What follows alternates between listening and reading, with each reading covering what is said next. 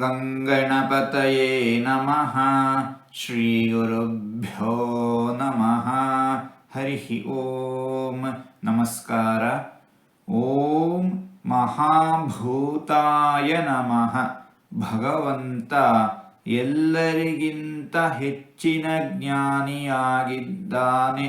ಸಂಪೂರ್ಣವಾಗಿ ಸಕಲ ವಸ್ತುಗಳ ಸರ್ವ ವಿಷಯಗಳ ಸಮಸ್ತ ಜ್ಞಾನವೂ ಭಗವಂತನಿಗೆ ಸದಾಕಾಲದಲ್ಲೂ ಇದ್ದೇ ಇರುತ್ತದೆ.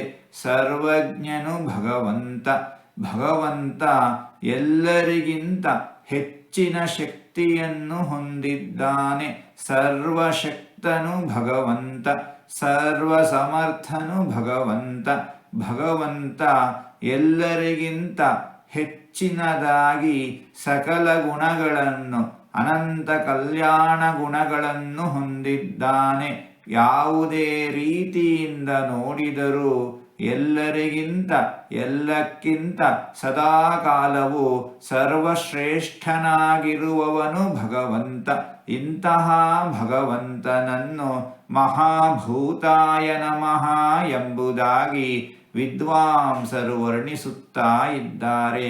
ಹೀಗೆ 4 ತೊದಲು ಮಾತುಗಳನ್ನು ಆಡಿದ್ದೇನೆ.